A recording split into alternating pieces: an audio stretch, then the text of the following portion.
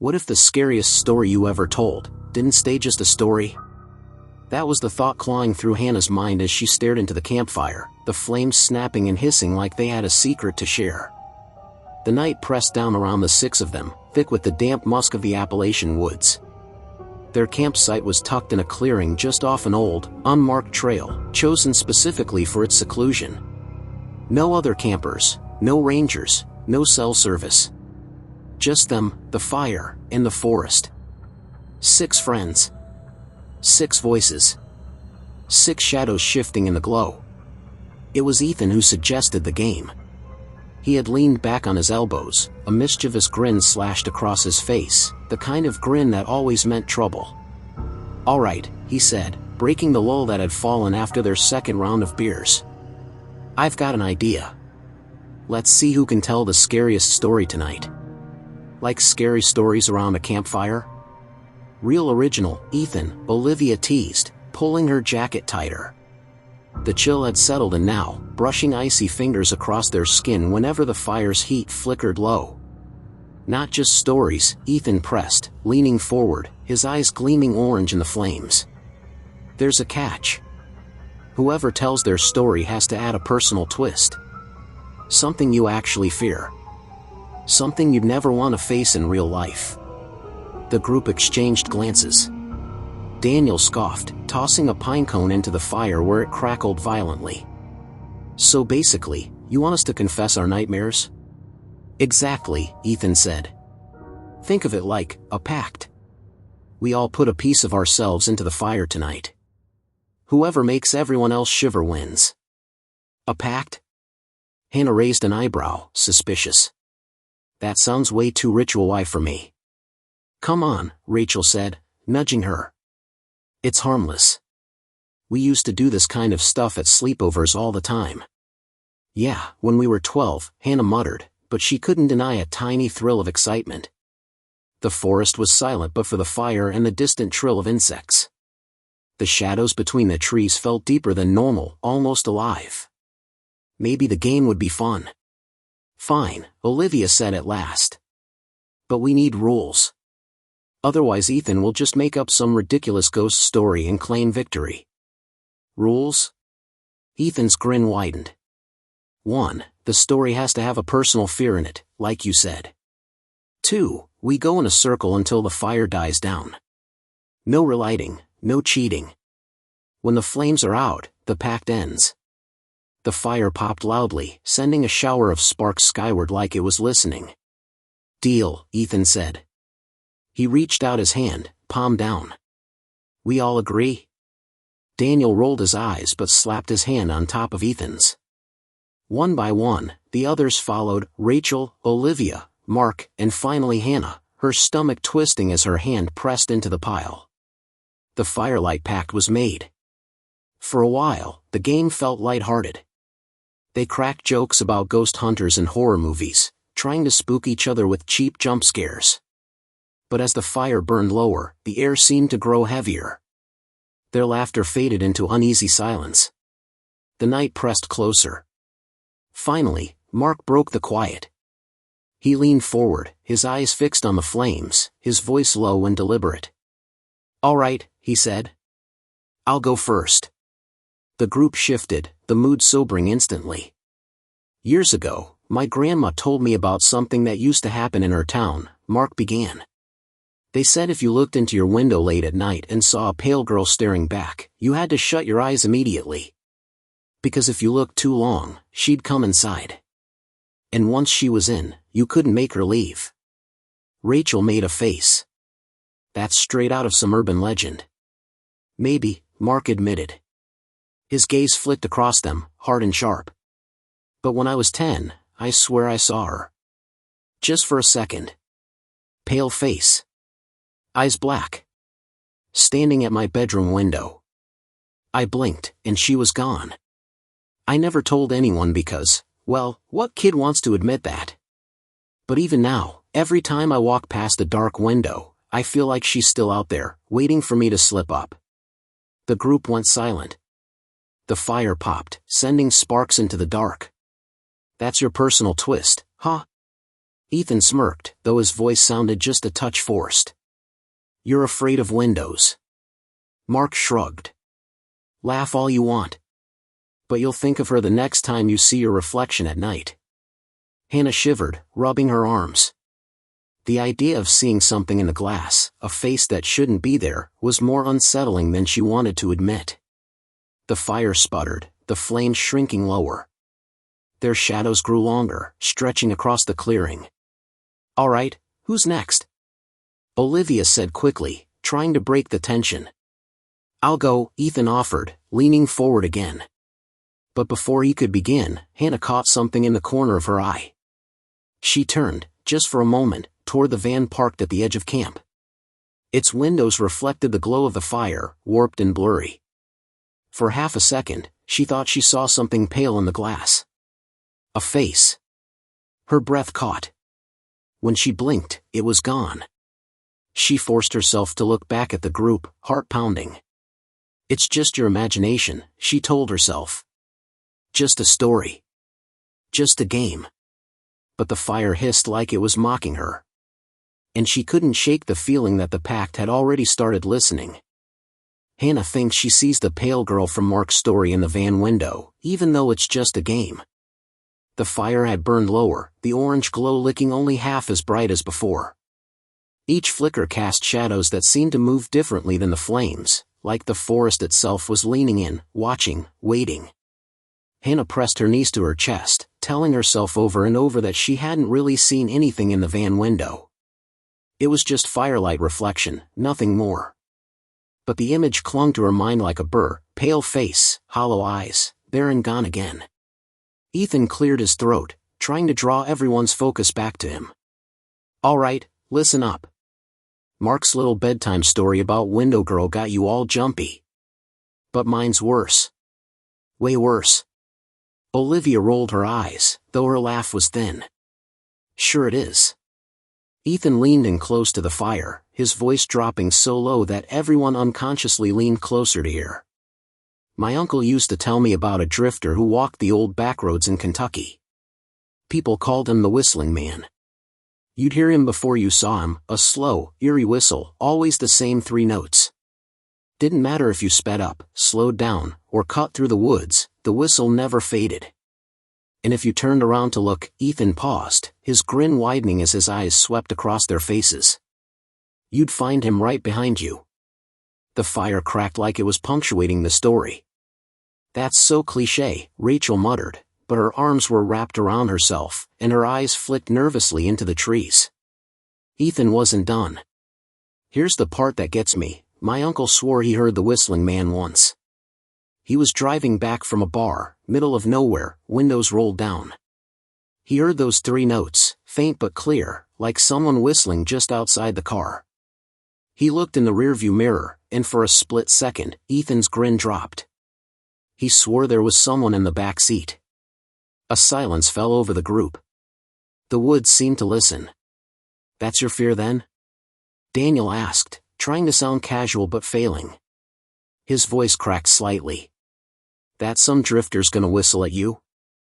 I hate whistling, Ethan admitted.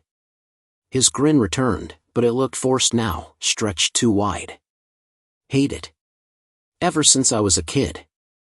It makes my skin crawl. The group let out nervous chuckles, each one a little too sharp, a little too quick. The fire sputtered, and for a heartbeat the clearing went almost completely dark before the flames surged back, weaker this time. Okay, my turn, Rachel said quickly, desperate to move on. This is stupid. We're just psyching ourselves out. But before she could start her story, Hannah froze. It was faint at first, so faint she thought her mind was playing tricks on her. A sound carried through the trees, soft, airy, cutting through the night. 3 notes. Whistled. Slow. Deliberate. She sat bolt upright, her stomach dropping like a stone. Did you? Her voice cracked. Did you guys hear that? The others blinked at her, confused. Then it came again, louder this time, drifting just beyond the tree line. 3 slow notes, whistled in perfect, haunting rhythm. The group went rigid. The fire snapped. The night seemed to draw tighter around them. "Very funny, Ethan," Daniel said quickly, though his face had drained of color. "You're screwing with us." Ethan's grin faltered. "That wasn't me." The whistle came again. Closer. This time, Olivia gasped and scrambled closer to Rachel. Mark's face had gone pale, his jaw set tight, his eyes fixed on the trees like he expected something to step out any second. "Okay, it's some other camper," Rachel whispered, her voice shaking. "That's all. Just someone out there messing around." "No one else is out here," Hannah said. "We're miles off the main trail. There's nobody." The whistle repeated. Always the same 3 notes. And it wasn't moving away. It was circling. Slowly, patiently, just outside the glow of the firelight. Daniel stood, fists clenched. "All right, that's enough. Whoever's out there, cut the crap." His voice cracked in the night air, sounding small against the vast forest. No answer. Only the whistle. The fire burned lower still, flames shrinking, sparks fluttering upward and dying quickly in the thick night. Ethan's face had lost all traces of his cocky grin. His lips moved silently, as if counting under his breath, timing the whistle. When it came again, he shuddered visibly. "That's the rhythm," he whispered. "The same damn rhythm my uncle described." The group sat in stunned silence, every pair of eyes locked on the shifting shadows between the trees. The whistle circled once more, then fell silent. The sudden absence of it was worse than the sound itself. The forest was dead quiet. No insects. No wind. Nothing. Then, just for a heartbeat, Hannah thought she saw movement in the dark. A figure, tall and thin, slipping silently between the trees. Watching. Waiting. She blinked, and it was gone. Her breath hitched. Her hands shook as she pulled her jacket tighter, as if the fabric could shield her from the cold dread that was crawling up her spine. The fire popped violently, scattering embers, and for an instant, the flames bent inward, like something had sucked the air out of the clearing. Rachel's voice finally broke the silence, trembling. We should put the fire out and just go to bed. It's late. This game's getting out of hand." "No," Ethan said sharply, his voice louder than he meant it to be. His eyes never left the treeline. "Not yet. Not until the fire burns out on its own. That's the rule." "But that's the rule." His tone brooked no argument. No one spoke after that. They just sat in the fire's dim glow, listening, waiting, every crack of wood and shift of shadow setting their nerves on edge. And then, just as Hannah started to believe maybe it was over, that maybe the whistle was gone, it came again. 3 notes. Soft. Clear. But this time, it wasn't from the woods. It was from the van. No one wanted to move. The whistle, so soft yet so sharp, had sliced through the night and through the group's fragile sense of safety. The van sat only a dozen feet away, but now it looked impossibly far, its dark windows reflecting the dying firelight like a watchful eye. Every second stretched unbearably, the silence between each note growing heavier, like the pause before a blade falls. Daniel broke first. He stood suddenly, fists clenched, jaw set in determination that wavered the moment his eyes met the van. "All right, I'm going to check it out. It's probably just wind in the cracks or something." His voice sounded braver than he looked. He took a step forward, then hesitated, as if waiting for someone, anyone, to stop him. "No," Ethan hissed. His face was pale, his cocky grin long gone. "Don't. That's how it starts. That's how you get caught." "Caught?" Rachel asked, her voice sharp with fear. "What do you mean caught?" Ethan swallowed hard, his gaze darting from tree to tree. "The whistle follows you. If you chase it, if you turn toward it, that's when he's behind you. That's when he's already too close." The fire sputtered again, the flames curling lower, weaker, as if the night itself was choking the light out. Their circle of safety was shrinking, inch by inch. Hannah's breath came fast, her hands trembling in her lap. She wanted to run, to sprint into the van and slam the doors shut, but some instinct screamed that would be worse, that once they crossed that line into the dark, there would be no coming back. The whistle came again. This time from the other side of the van. A perfect three-note rhythm, floating across the clearing, so close that Hannah felt her stomach twist. It wasn't random. It was playing with them. Olivia clutched Rachel's arm, her knuckles bone white. I can't take this. I don't like this game anymore. I don't care about the stupid rules. Her voice cracked. I want to stop. Mark leaned forward, his expression grim, his usual teasing demeanor stripped away. We can't stop. His tone was flat, heavy. That's the point. The fire burns down, the stories get told, and we see it through. That's the pact. Rachel snapped her head toward him, eyes wide. What are you even talking about? You sound like you knew this was going to happen. Mark didn't answer. He just stared at the flames, his lips pressed into a tight line, the shadows making his face unreadable. The group fell silent again, the only sound the occasional hiss of burning wood in the distant, patient whistle circling them like a predator. It was as if the night itself had decided to hold its breath, waiting to see who would break next. Finally, Olivia's voice rose, shaky but determined. Fine.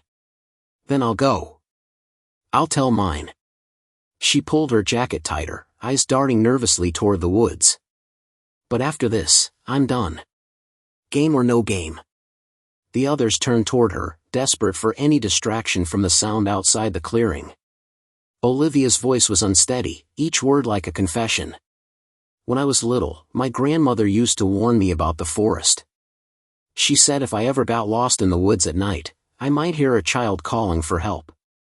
A little voice, crying, asking to be led home. She swallowed hard, her eyes darting toward the trees again. But she said no matter what, I was never supposed to follow it.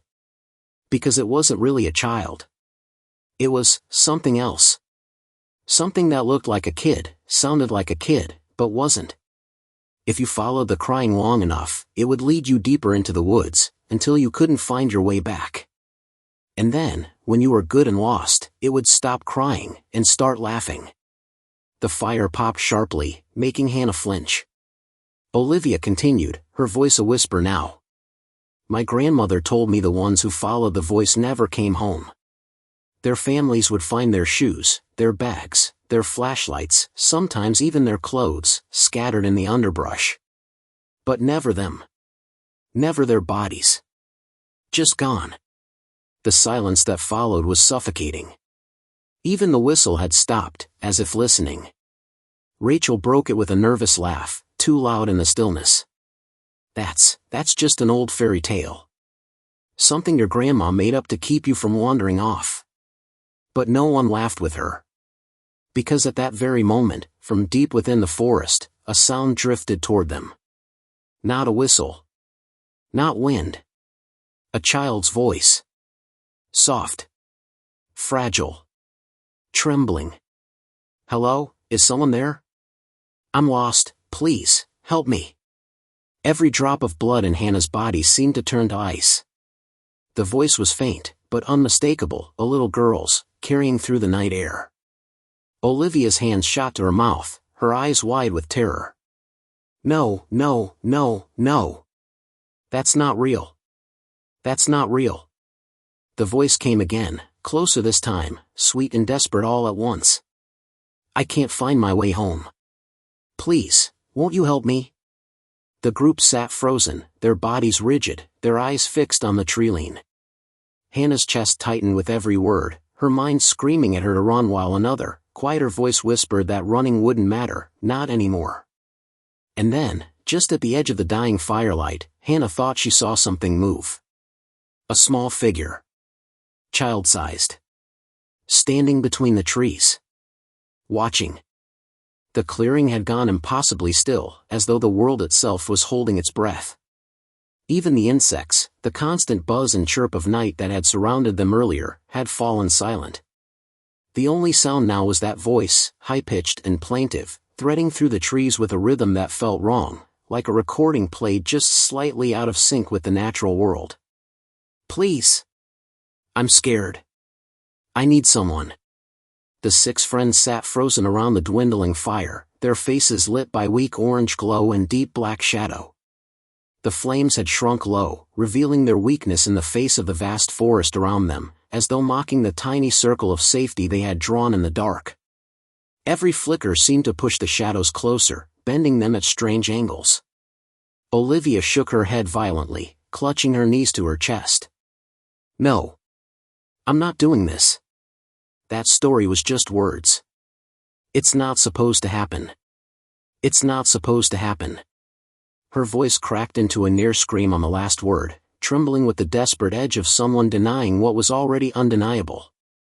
"Maybe it's just some lost kid," Daniel said, though his voice sounded hollow, like he didn't even believe himself. His gaze lingered on the trees, searching, straining, hoping to see nothing but half expecting something small and pale to step out at any moment. Mark's face was grave, his eyes fixed on the shadows. "It isn't a kid." His certainty, quiet and unyielding, sent a chill crawling down Hannah's spine. He hadn't raised his voice or added drama, he'd simply stated a fact, like a man repeating a rule he'd known his whole life. "Shut up, Mark," Rachel snapped, her nerves fraying at the edges. She gripped a stick like it was a weapon, though her hand shook so badly that the tip rattled against the ground. "You don't know that." The voice came again, closer now. "I'm cold, will you help me? Please? Please don't leave me here." This time it was louder, clearer, and Hannah's breath stuttered in her throat. It wasn't echoing through the woods like a real voice. It was sharp, direct, as if it were aimed straight at them, straight at the fire. Ethan's jaw clenched, his earlier bravado long gone. "Don't listen to it," he whispered. "It wants you to answer. That's how it starts. It needs you to speak." They all looked at him, the fire reflecting in his wide eyes. "How do you know that?" Hannah asked, her own voice thin with fear. Ethan hesitated. For the first time since the game began, he looked uncertain, as if he had said more than he meant to. Because that's how stories work. Right? That's how it pulls you in. You don't answer. You don't look. You don't play along. The fire crackled weakly, its light shrinking further. The wood they had piled earlier was nearly gone, and no one dared to move into the shadows to gather more. The circle was shrinking, suffocating them in its dying glow. "I can see your fire," the child's voice sang now, soft and sing-song, carrying on the still air. "I know you're out there." Olivia whimpered, rocking back and forth. "It's just a story, it's just a story, it's just a story," she repeated like a mantra, but her eyes never left the treeline, where that small figure had flickered in and out of sight before. And then it came again, closer, impossibly close. "Why won't you talk to me?" The voice was right behind Hannah's shoulder. She froze, her lungs refusing to work, her skin prickling as if invisible eyes were burning into her. Slowly, she turned, her body heavy with dread, and saw nothing but the wavering line of trees, black trunks and tangled branches swaying slightly in a breeze that hadn't been there before. But her heart lurched when she noticed the ground. Just beyond the firelight, pressed into the soft dirt, were footprints. Small. Bare. Too small for any of them. And they were new. "Holy," Daniel choked, his words cut off when Olivia let out a sharp scream. She pointed toward the shadows with a trembling finger. There, at the very edge of the fire's glow, a child stood. She couldn't have been more than 8 years old, her hair long and tangled, her nightgown filthy and torn. Her skin was pale, nearly luminous against the dark woods, and her head tilted just slightly too far to one side, as if her neck couldn't quite support it. "Please," the girl whispered, her voice overlapping with itself, an echo out of sync with her lips. "Help me." For a moment, no one moved. The fire sputtered again, a gust of air threatening to snuff it out completely, and with every flicker the girl seemed to shift, closer when the light dimmed, farther when it flared. Then, without warning, she smiled. It was small, subtle, but it twisted her face in a way that made Hannah's stomach lurch. The wide-eyed innocence was gone in an instant, replaced with something ancient, something mocking. And then the fire popped loudly, a shower of sparks leaping upward. When Hannah looked again, the girl was gone. But her laughter, thin, high, and hollow, drifted through the trees, circling them just like the whistle had before. The clearing felt poisoned. That laughter, thin and fragile yet echoing like it had been stitched into the very air, clung to them long after the pale girl had disappeared from the tree-line. It circled lazily, threading through the trees as though she were skipping just beyond sight, daring them to follow, daring them to speak. Each chuckle rose and fell, weaving itself into the rhythm of their heartbeats until Hannah could no longer tell if she was hearing it with her ears or if it had already crawled inside her skull. Olivia was the first to break. She pressed her hands hard against her ears, rocking back and forth, her lips moving wordlessly before the sound finally forced itself out. "We have to leave," she rasped, eyes wide and wet. "We have to get out of here now. I don't care if it's midnight, I don't care if it's pitch black, we have to go." "Go where?" Mark's voice was sharp, almost cruel, but his face betrayed the same exhaustion and terror as the rest of them. "The woods? You think running into the dark is safer than staying here?" He gestured to the fire, which was guttering low, its light shrinking to a fragile heartbeat against the encroaching black. "This is the only thing keeping us alive." Ethan snorted, though his laugh had no humor in it, just fear. "Alive? You called us alive? Sitting here, waiting our turn like idiots while ghosts pick us off? You saw her, she's not afraid of the fire. She came right up to it." He leaned forward, eyes darting wildly between the others. "Maybe we're safer moving. Maybe standing still is what it wants." Rachel's voice trembled as she cut in, words spilling fast like she had to get them out before she lost her nerve. "No. No, no, no, he's right. We shouldn't be here. The stories, the game, it's not just a game. Every word is pulling them closer. We already had the whistling man. Now we've got the lost child. What happens when the fire goes out? Do they all come? Do we end up surrounded?" The question hung in the air like smoke, and Hannah felt its weight press against her ribs. The thought of more creatures, more legends, more horrors waiting just beyond their weak little camp, was enough to make her throat close. She could almost see them already, waiting in the dark, watching, smiling in silence as their turn drew near. Daniel tried to steady himself, though his trembling hands betrayed him. He knelt closer to the fire, feeding it the last of the smaller sticks they had within reach. The flames hissed and licked upward briefly, but the burst was weak, fleeting, gone almost as quickly as it came. We just need more wood," he muttered. "That's all. If the fire's strong, maybe they'll stay back. We can make it until morning. Nothing can last forever."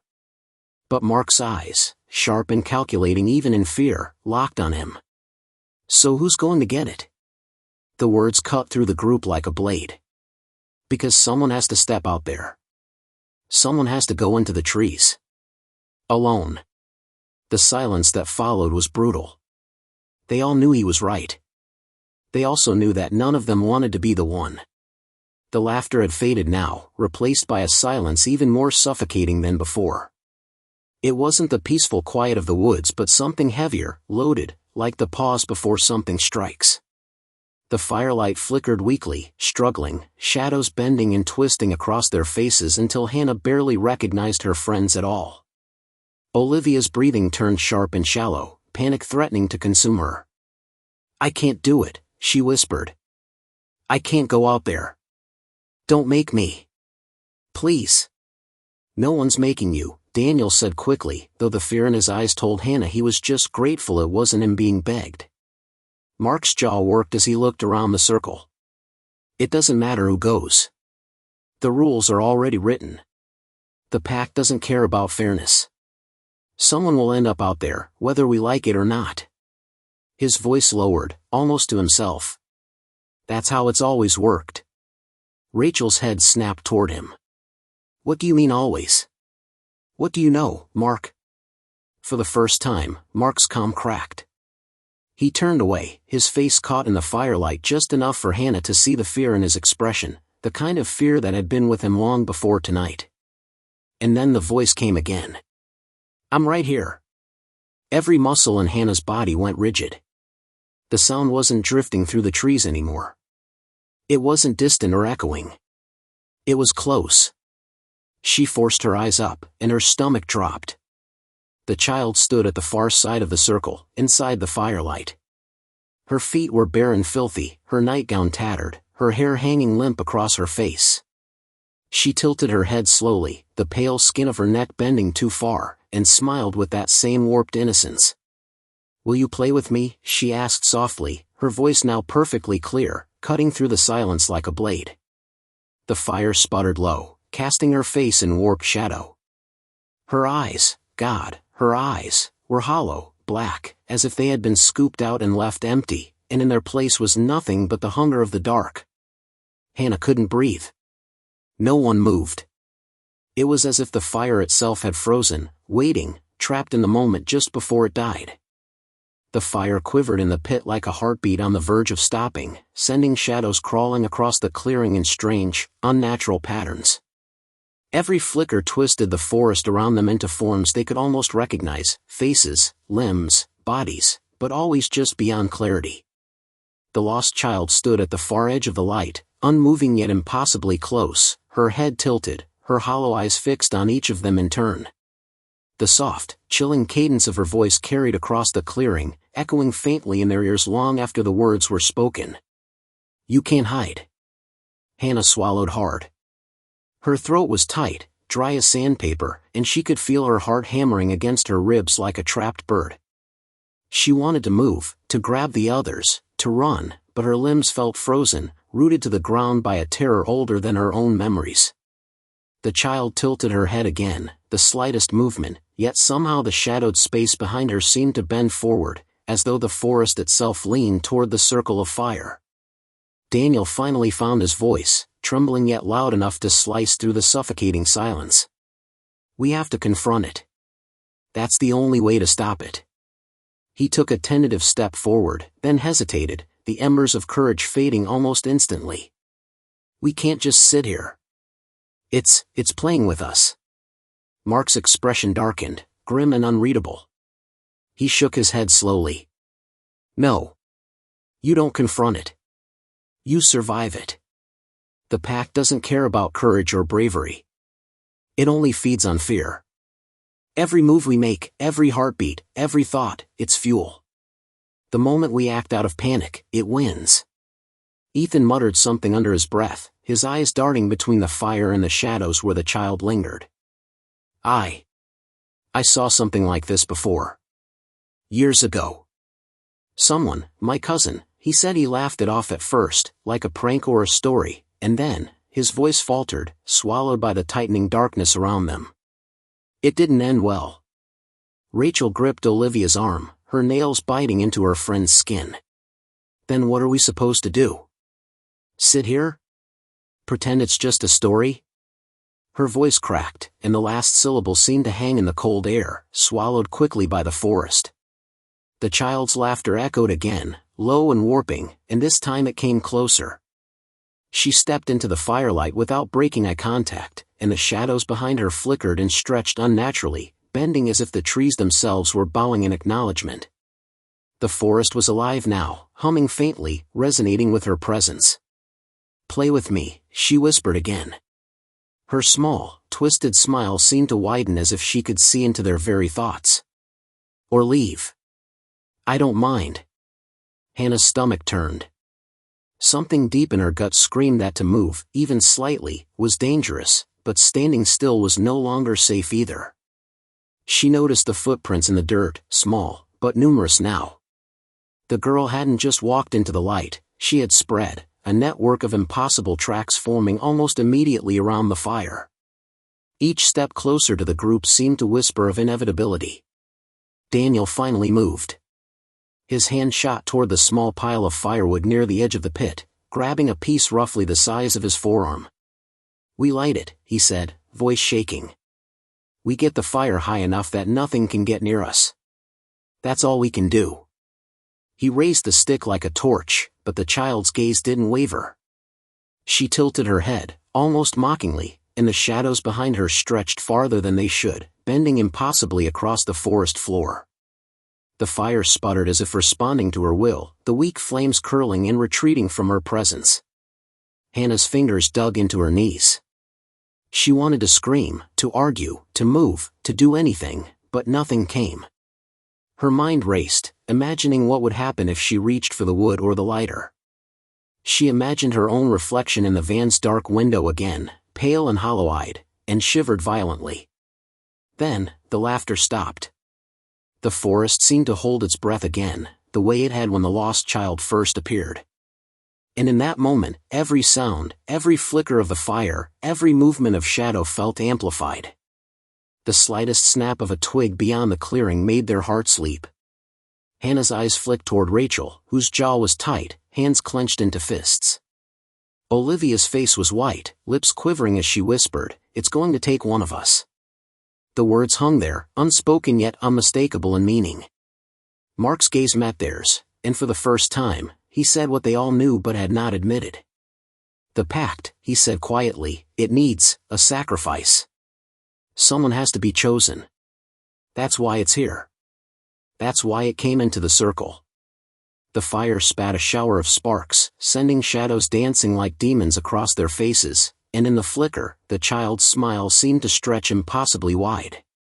She stepped again, and now she was closer, just a few feet from the edge of the fire.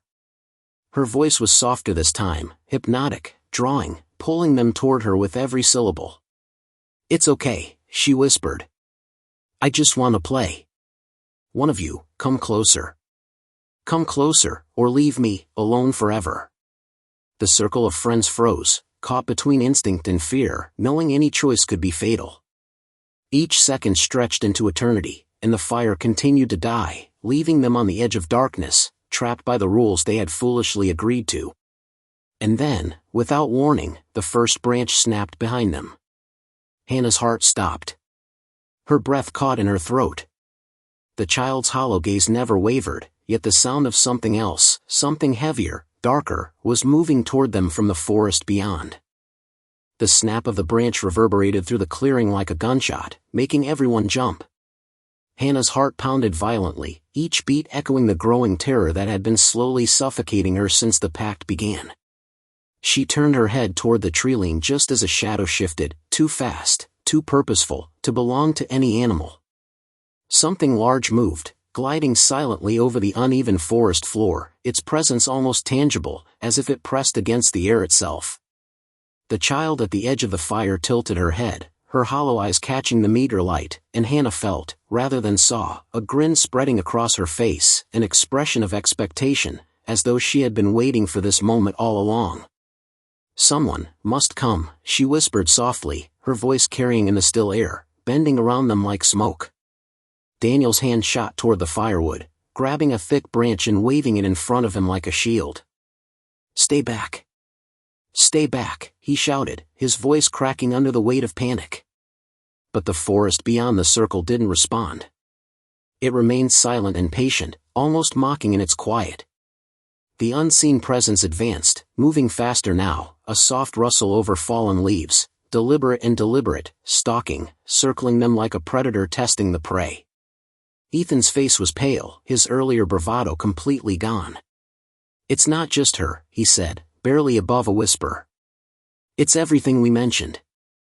Every story, every fear, it's all here. Feeding. Watching. Waiting. The pact isn't just stories, it's reality." His eyes flicked between the fire, the lost child, and the shadows beyond, widening in horror. "We're trapped."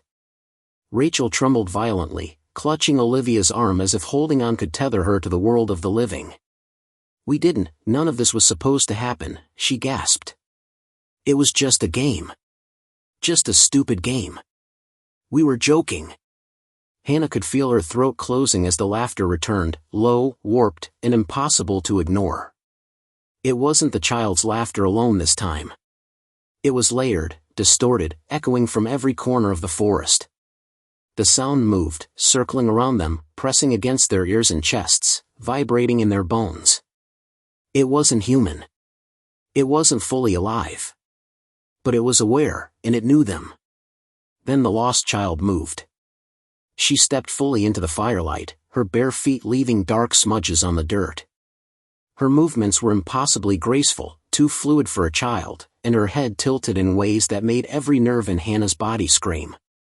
"Play with me," she whispered again, this time coaxing, commanding, pulling with a force Hannah could feel pressing into her mind. "Or someone will have to stay." Daniel swung the branch, screaming, "Stay back." The motion seemed to freeze time itself. The child flinched almost imperceptibly, but the shadow beyond the tree paused too, as if acknowledging his defiance. And then it struck. A gust of wind, or something heavier than wind, swept across the clearing, snuffing the fire down to embers. Darkness enveloped them in an instant, and the circle of friends screamed, reaching blindly for one another. Hannah's hands found Olivia's shoulder, Mark's elbow, anyone, anywhere, but the shadows twisted, elongated, and moved with a will of their own. Something grabbed her ankle, hard, cold, and pulling downward. She screamed, clawing at the dirt, but the invisible force yanked her, almost toppling her into the encroaching black. Rachel screamed, spinning, and Hannah caught a glimpse of the lost child, or something wearing her likeness, stretching impossibly tall, her hollow eyes glinting like coals in the night. "Someone must stay," the voice echoed, now overlapping, layered with every story, every fear, every whispered nightmare the friends had told. "Or the game never ends." Daniel tried to light a match, and the small spark flared weakly, illuminating the circle just long enough to see the truth. More than one figure moved at the edges of the firelight, thin and twisted, their forms vague but undeniably human-shaped. Each carried a hollow stare, each moved with intent. And in that fleeting light, Hannah realized with stomach-churning clarity, they were shadows of the stories themselves, fragments of the fears they had spoken aloud, manifesting in ways no one could have imagined. Ethan's voice cracked as he whispered, It's taking someone." His words were barely audible over the scream that rose from the woods, a sound both human and inhuman. "The pact, it needs a sacrifice." Hannah's lungs burned as she clawed herself backward, dragging her friends with her. Her fingers scraped over roots and dirt as the invisible hands tugged at them, at her. She could feel her own fear fueling the darkness, empowering it, making it bolder, closer, hungrier. The lost child stepped forward, tilting her head, smiling with that impossible, twisted grin. "Who will it be?" she whispered, almost teasingly, the words curling into Hannah's mind. "Who will stay, and who will run?" The ember fire sputtered weakly, dancing just enough to cast fleeting light. And in that moment, in the unstable glow, one of the friends faltered. A scream tore the night. Hannah's world erupted into chaos, the smell of burning wood, the taste of fear in her mouth, the screams of her friends, the invisible forces tugging, twisting, pulling. The pact was real. The game was no longer just a game. And someone had been claimed. The fire had dwindled to nothing more than glowing embers, fragile threads of orange that struggled to hold back the encroaching black. Every shadow seemed to breathe, shifting with a life of its own, creeping closer in the corners of their vision. The scream that had ripped through the night moments ago still echoed in Hannah's ears, a horrifying reminder that the pact had already claimed one of them. She couldn't bring herself to look at the spot where the friend had vanished, the void there swallowing every ounce of hope she still clung to. Olivia clutched Rachel's arms so tightly her knuckles had gone white. "We can't stay here. We have to run. We have to get out before it gets us all." Her words were frantic, each one pitched with a terror that made the hairs on Hannah's arms rise. Mark's jaw was tight, his eyes narrowing in the weak glow of the dying embers. "Run," he snapped, though his voice lacked conviction. "Into the woods? Into the darkness? That's exactly what it wants. The pact feeds on fear, it hunts on fear. Every step we take into the dark just makes it stronger." Ethan shook his head violently. "We're trapped. We can't run. We can't fight. All we can do is survive, and that fire is all we have." His words hung in the cold air, as fragile and weak as the last embers that struggled to cling to life.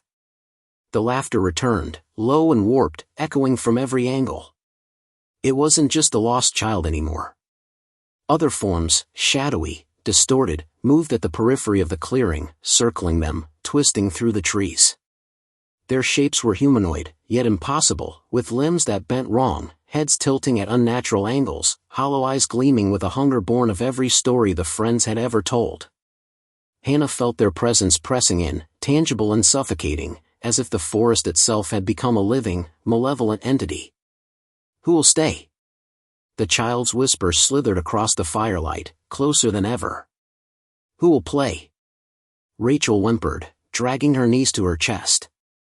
"We have to do something. Anything. We can't just sit here and wait." Her eyes darted to the remaining firewood, now scattered and useless, and then to the lighter lying on the dirt, untouched. Daniel's hands shook violently as he picked up the lighter, finally sparking a small flame. The weak light flickered, barely illuminating the surrounding trees, but it was enough. Enough to see the shapes twisting in the shadows, enough to see the pale, hollow-eyed face of the lost child, stepping closer, inch by inch. The forest seemed to respond to the fire. Every flicker made the shapes recoil slightly, only to press closer the moment the light wavered. Hannah could feel it, the fear itself was a currency, feeding the creatures circling them, empowering them with every heartbeat of terror, every whispered doubt. Olivia screamed when the lost child tilted her head, that impossible, unnatural angle that defied human anatomy, and advanced another step. "Play with me," she whispered, her voice layered and multiplied in the darkness, bouncing through the trees like a chorus of madness. "Or someone will have to stay." Hannah's stomach twisted violently. She realized then that the pact was not simply a set of rules, it was alive, sentient, calculating. It had claimed one of their friends, and now it hungered for the rest. It toyed with them, feeding on panic, magnifying every fear, every whispered doubt, until the line between reality and nightmare blurred completely. Mark grabbed a stick and stabbed at the air as the shadows swirled closer. "Keep the fire alive," he shouted, desperation cracking his voice. "It can't touch us if the flames burn." Daniel frantically added small twigs, but the embers flared weakly and died again, as though the darkness itself resisted, absorbing the heat, snuffing out their fragile defense. The shadows loomed closer, writhing and stretching, their hollow faces twisting into mocking expressions. Hannah felt her knees buckle. Her fingers clawed at the dirt as if it could anchor her to the world of the living. She looked around, desperate, eyes wide as she saw the lost child's grin widen impossibly, her hollow gaze now moving between each of them in turn, as though deciding whose fear would be fed next. Then it happened.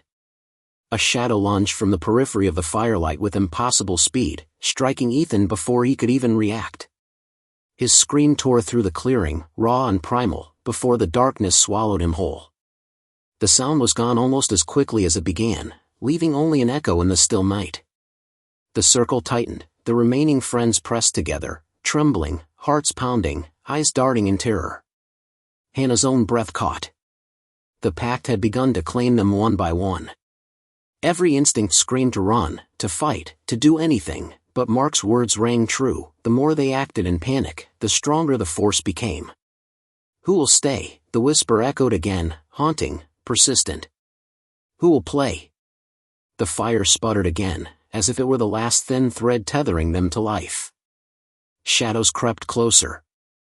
The forest groaned, alive, dark, and infinite. And the lost child stepped forward, closer, silent except for the impossible, hollow smile that made Hannah's blood run cold.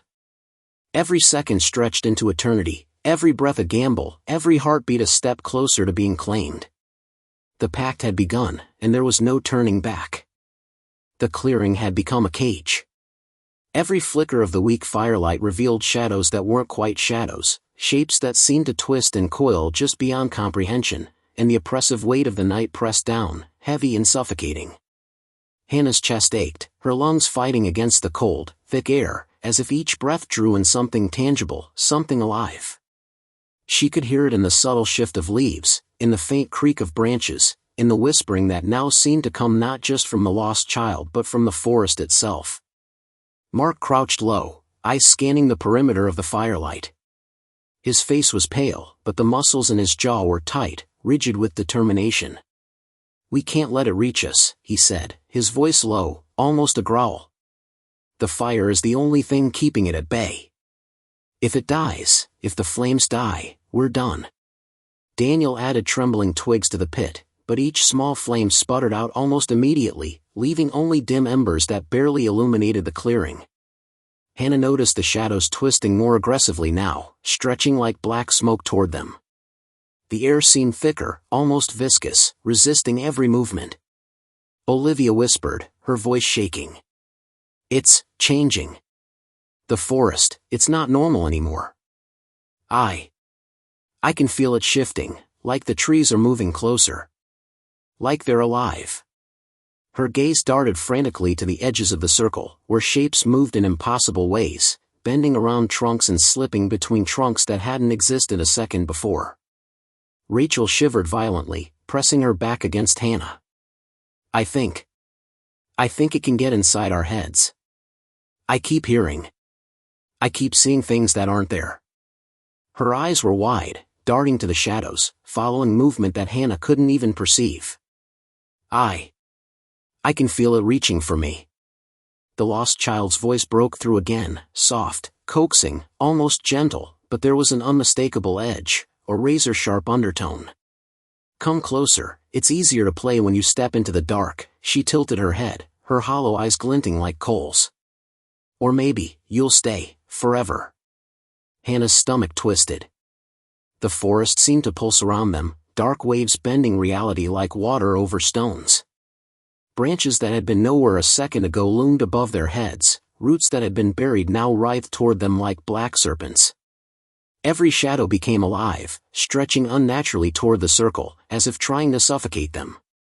Mark grabbed a small branch, waving it weakly like a weapon. "We have to make a plan," he hissed, voice sharp with urgency. "We can't just react. We have to think. The fire is our shield, yes, but it's fragile.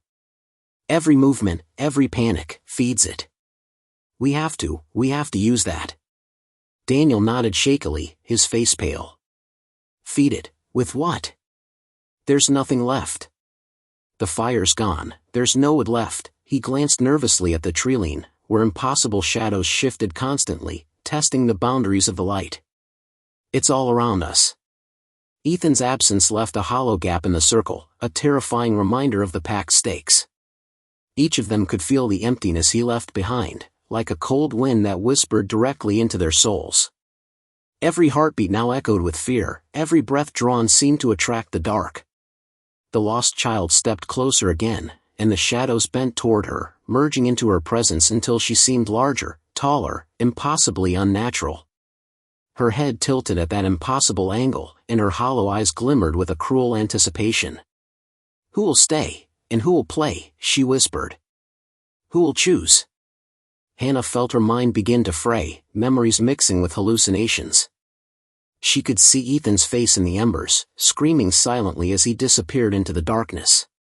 She could hear whispers of their own fears, calling her by name, laughing at her terror. The forest itself had become sentient, an entity bent on consuming them completely. Rachel cried out suddenly, pointing toward the trees. "There! Someone, behind the shadows." Her scream shattered the thin veil of control they had left. The air seemed to pulse violently, and the shadows reacted, coiling, twisting, pressing closer. The lost child's voice overlapped, multiplying, coming from every angle.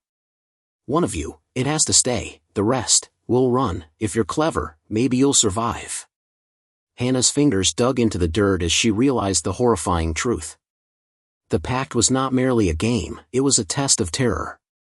It demanded that one remain, that the others live, or die in a slower, more torturous dance of fear. The fire, feeble as it was, clung desperately to life, its warmth and light the only tangible connection to the world beyond the nightmare. Mark shouted suddenly, his voice cutting through the cacophony. "We have to pick, now. If we hesitate, it will choose for us." The shadows swirled faster. The forest seemed to tilt, bending inward as if the trees themselves were alive, pushing them toward the center of the clearing. The lost child grinned, stretching impossibly taller, her hollow gaze flickering across each terrified face. Decide, before the fire dies. Hannah's breath came fast and shallow. She felt the weight of inevitability pressing down on her chest. Every second stretched unbearably, the fire sputtering low, the shadows closing in, the voice of the child whispering promises of horror, and the forest itself alive with hunger. And then, suddenly, the embers flared, a small, desperate glow, fragile yet defiant.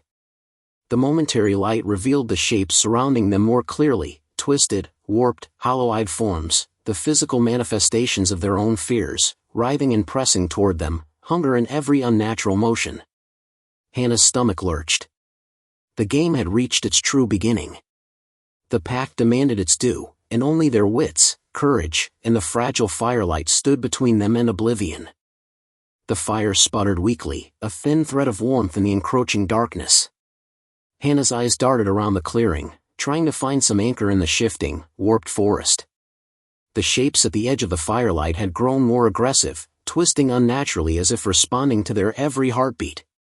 The hollow-eyed figures, the twisted shadows, were no longer just surrounding them, they were closing in, merging with the treeline, the trees bending toward the circle like fingers reaching for prey. Choose, the voice of the lost child floated over them, soft yet impossible to ignore. Who will stay, and who will play? Rachel whimpered, pressing against Hannah. I can't decide, she whispered, tears streaking her face. I can't choose who stays. We'll all, her words faltered as a cold gust of air swept through the clearing, carrying the faint echo of the first friend's scream, the reminder of Ethan's fate.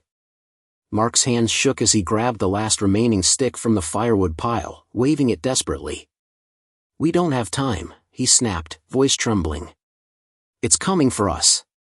If we don't decide, it chooses. He jabbed the stick toward the shadows, and for a moment, one of the hollow forms recoiled, as though the firelight lent them courage. But the moment was fleeting, the dark pressed closer immediately, indifferent to human threats. Daniel's face was pale, almost ghostly in the flickering glow. Maybe it wants fear more than blood, he muttered. Maybe if one of us steps forward willingly, his words trailed off, leaving a heavy silence in their wake. The circle seemed to tighten, the firelight struggling against the sheer pressure of the darkness. The lost child stepped forward, tilting her head in that impossible angle, the hollow eyes glinting with an unnatural, predatory intelligence. Decide, or the fire dies, she whispered. And then, her voice trailed off into a soft, horrifying giggle that echoed through the warped forest. Then I choose for you. Hannah's stomach twisted. She felt paralyzed, every instinct screaming in terror, yet a seed of understanding had rooted itself deep in her mind. The pact was not just a test, it was a predator, sentient, patient, feeding on hesitation and fear. Every second of indecision made the shadows stronger, made the forest itself an active participant in their demise. Olivia's voice broke the silence, sharp and trembling. I'll stay, she cried suddenly, stepping forward into the weak circle of light. Just don't let it take anyone else. Her words rang with desperation, but the moment she moved, the shadows recoiled slightly, as if recognizing her choice. The lost child tilted her head and smiled, impossibly wide, a hollow grin that made Hannah shiver. Good, she whispered, soft and slow, like a predator savoring the fear. You'll play, and they'll run. Mark grabbed Olivia's arm, pulling her back, but the child's hollow eyes glimmered with amusement, and the shadows pressed against the firelight, ignoring human hands. Olivia's body stiffened, her face pale as if the choice had already taken something from her, some small fragment of her soul. Hannah could barely breathe. The weight of what was happening pressed down on her like a physical force. The pact had begun its work in earnest, and they could already feel the cost. The air shimmered, the forest warping around them. Trees bent, roots twisted, the ground itself seemed to pulse under their feet. Reality was no longer fixed, it was a fluid, dangerous thing, shaped by the pack's hunger and the child's will. Daniel whispered urgently, we need to keep the fire alive, it's the only anchor we have. Keep it burning, keep it strong. His hands shook violently as he fed the last embers with twigs, praying for a flame that could hold back the growing darkness. Rachel clutched Hannah's arm, trembling. I can't watch this, she said, her voice breaking. Ethan, he's gone, someone else, if she's next, she choked back a sob, staring at the lost child with wide, horrified eyes. The child laughed softly, the sound curling around them, invasive, hypnotic. Don't worry, she whispered, tilting her head impossibly. Fear is delicious, and now, it's your turn to feed it. Hannah's pulse hammered in her ears. She could feel the shadows tightening around them, the fire struggling, her friend's fear feeding the dark, bending reality further. Every second was a battle for survival, every heartbeat a step closer to being claimed. And the understanding sank into her gut, icy and absolute. The pact didn't just demand a choice, it demanded fear, compliance, and a fragment of their very being. The fire flickered, threatening to die. Hannah knew that if it went out, the forest and the lost child would consume them all. And as Olivia stood frozen, pale and trembling, the first real realization hit her: their survival was no longer about running, fighting, or hiding. It was about understanding the rules of a game that had already begun, a game that bent reality, fed on fear, and demanded a horrifying, impossible choice. The night closed in further. The shadows writhed and stretched, the forest pulsated with hunger, and the lost child stepped forward, her hollow gaze fixed on the terrified circle of friends. Decide, before the fire dies, she whispered. Or I choose for you. Every instinct screamed to run. Every thought screamed to fight. But Hannah knew, deep in her bones, that the choice they were about to make would mark them forever, whether they survived or not. The moment Olivia stepped forward, the air seemed to thicken, turning viscous and heavy. The forest itself groaned, a deep, resonant sound that vibrated through the ground beneath their feet and into their bones.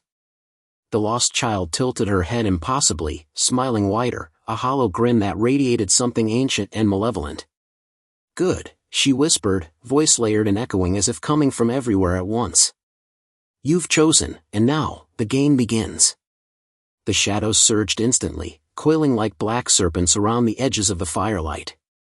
They writhed, pressed in, not attacking yet, but stretching and bending in ways that made the air itself feel like it was closing in. Every flicker of the weak fire seemed to be swallowed by the darkness, leaving only pale, unreal shapes that seemed more substantial than the friends themselves. Hannah's chest constricted as she realized that Olivia's step forward hadn't just made her the chosen, it had awakened the forest. The trees bent closer, their branches twisting like skeletal hands, the roots writhing and lifting from the dirt as if alive. Reality warped, the clearing seemed smaller now, corners of space folding in, distances bending, every sound amplified into something monstrous and surreal. The whisper of leaves sounded like screams, and every shadow flickered with faces that weren't there a moment ago. Rachel clutched Hannah's arm with a grip so tight it hurt. It's all around us, it's changing everything, she gasped. Her voice trembled like dry leaves in a storm, and Hannah could feel the panic radiating from her. Every fear, every memory of the stories they'd told at the fire, the whistling man, the lost child, the things that went bump in the night, had taken form, feeding the darkness now, manifesting in ways that made the world itself hostile. Mark's face was pale, sweat running down his temples. Keep the fire alive, he shouted, voice cracking under the weight of desperation. It's the only thing holding it back. He tossed twigs onto the embers, and for a moment, the flames flared weakly, revealing shapes that skulked at the edge of the light, their hollow eyes gleaming hungrily. The lost child's form seemed taller now, shadows stretching from her like tendrils that reached into the trees and beyond. Daniel swallowed hard, struggling to catch his breath. The pact, it doesn't just take, he murmured, eyes wide as the reality around them twisted further. It feeds. Every fear, every heartbeat, every doubt, it grows stronger with it. His gaze flicked to Olivia, frozen in the firelight, her face pale and expressionless, as if the choice she made had already drained something vital from her. And now it has more than ever. The lost child's hollow eyes locked on the rest of the group. Who's next? She whispered softly, tilting her head. Do you want to survive? Then you must feed me, willingly, or I take from you. Hannah's mind raced, desperate for a solution, but every thought twisted under the oppressive, unnatural weight of the forest. The shadows writhed, forming grotesque mockeries of her friends' faces, stretching them, twisting them, whispering secrets, doubts, fears. The air smelled of earth and smoke, but beneath it was something metallic, something decayed, alive with hunger. Rachel sobbed, pressing herself closer to Hannah. I can't choose. We can't, her voice broke, tears streaking her face, reflecting the weak firelight. We can't survive like this. Mark's hands shook as he pushed twigs onto the flame again. We have to, he hissed. We must survive. The fire is the only thing keeping us anchored. If it dies, everything dies. The fire flickered violently, embers dancing and sputtering as if resisting its own death. Shadows lunged closer with every flicker, the forest bending in response, roots rising like black snakes, branches scraping across the clearing, groaning and twisting. The lost child took another step forward, her hollow eyes glimmering with cruel satisfaction. Feed me, she whispered. Or the darkness will decide. Then the forest shifted again. The ground beneath them seemed to pulse and ripple, the clearing shrinking as if the world itself were folding inward. Hannah could feel the gravity of fear pulling at her, a pressure that pressed her down, made her hands tremble uncontrollably. The air vibrated with whispers, faint voices of their own fears speaking in the language of nightmares. Each second stretched unbearably, and every heartbeat sounded like it could snap the fragile line between the firelight and the encroaching darkness. Hannah realized with bone-deep clarity that survival no longer depended on courage, on logic, or even on speed. It depended entirely on understanding the rules of the pact, and playing it. Every misstep, every hesitation, would be punished. Every ounce of terror was being harvested, made tangible, and used to shape the world around them. Decide, the lost child's voice was everywhere now, inside their heads, echoing from every tree, every shadow, every inch of the suffocating darkness. Feed me willingly, or I take. Hannah's fingers clawed at the dirt. Her friends huddled close, trembling, faces pale and eyes wide with terror. The fire sputtered again, a weak heartbeat against the ever-pressing black. And as the shadows pressed closer, the forest bending around them, the lost child tilted her head in that impossible, unnatural way, smiling with a hollow grin that promised terror beyond imagining. The final step was near. The pact demanded its due, and only the next choice would determine if any of them would survive. The fire was barely a whisper now, a fragile skeleton of heat and light clinging desperately to life in the heart of the encroaching darkness. Shadows pressed against its edges, writhing, twisting, coiling into impossible shapes that seemed to bend reality itself. The forest groaned, trees leaning inward, roots lifting like serpents, branches scratching across the clearing as if eager to claim the terrified circle of friends. The lost child stood at the edge of the remaining flames, her hollow eyes glinting with cruel intelligence, her smile impossibly wide. Feed me, she whispered, voice layered, echoing in every corner of the warped space. Or I take. Hannah could barely think. Her heart raced, every breath shallow and ragged, but a horrifying clarity had taken root in her mind. The pact didn't just feed on fear, it grew from it, shaped the world around it, and rewarded compliance while punishing hesitation. Every choice mattered, and the rules of the game were invisible, cruelly precise, and absolute. Olivia, standing frozen in the firelight, had already been partially claimed. The light from the flames seemed to stick to her skin, highlighting her pallor and hollowing her eyes. The pact had taken a piece of her spirit, leaving her a living conduit for the darkness. Rachel whimpered, clinging to Hannah. We can't survive this. Mark's hand shook violently as he added the last twigs to the fire.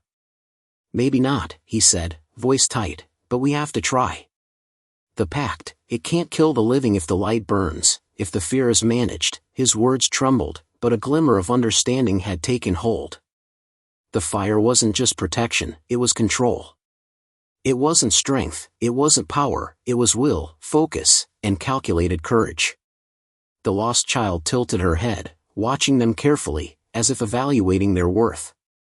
So clever, she whispered. But cleverness doesn't save you, her hollow eyes glinted, and the shadows behind her writhed in anticipation. Fear always feeds me. Hannah realized then that the only way to survive was to acknowledge the fear without letting it control them. The fire had to be nurtured deliberately, every flicker countered with intention. Every heartbeat mattered, every thought became a tool or a weapon. She focused on the warmth of the flames, the smell of burning wood, the fleeting sense of reality the fire offered. The shadows pressed closer, but she didn't flinch. She controlled her fear, feeding the fire, keeping it alive. One by one, the others followed her lead. Rachel's shaking hands picked up small twigs and added them to the fire. Mark and Daniel stoked the embers with careful precision, refusing to look at the encroaching shadows, focusing only on the fragile thread of light that connected them to life. Even Olivia, partially claimed, seemed to rally, her hollow eyes reflecting the glow as if tethered between the pact and the human will still inside her. The forest reacted violently. Trees bent unnaturally, roots tore themselves from the ground, shadows stretched like black smoke to touch the fire, but every time a friend focused on the flames, on survival without surrendering to panic, the darkness recoiled slightly. The lost child's grin faltered, impossibly wide though it remained, and her whispers began to fragment, layered echoes breaking into static, almost human cries of frustration. Why? Hannah's hands were blistered from grabbing the last wood, sweat streaking dirt across her face, but she held her ground. Every heartbeat was a battle, every breath a negotiation with terror itself.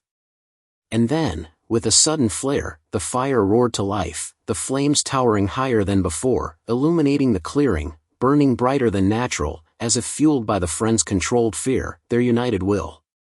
The shadows screamed, high-pitched, warped, impossible. Forms twisted violently, clawing at the edges of the light, then shrieked and recoiled as the fire consumed them.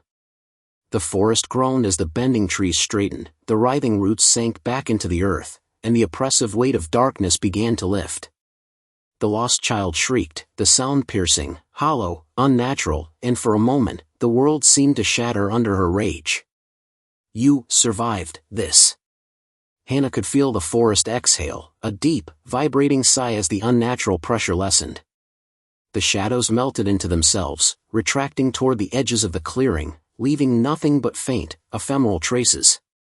The lost child, for the first time, seemed smaller, weaker, her hollow eyes flickering like dying embers.